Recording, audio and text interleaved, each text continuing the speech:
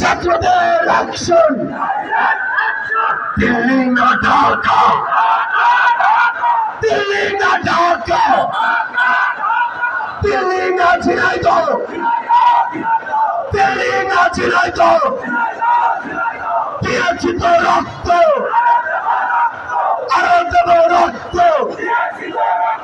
রক্তের বন্যায় পিছিয়ে যাবে অন্যায়।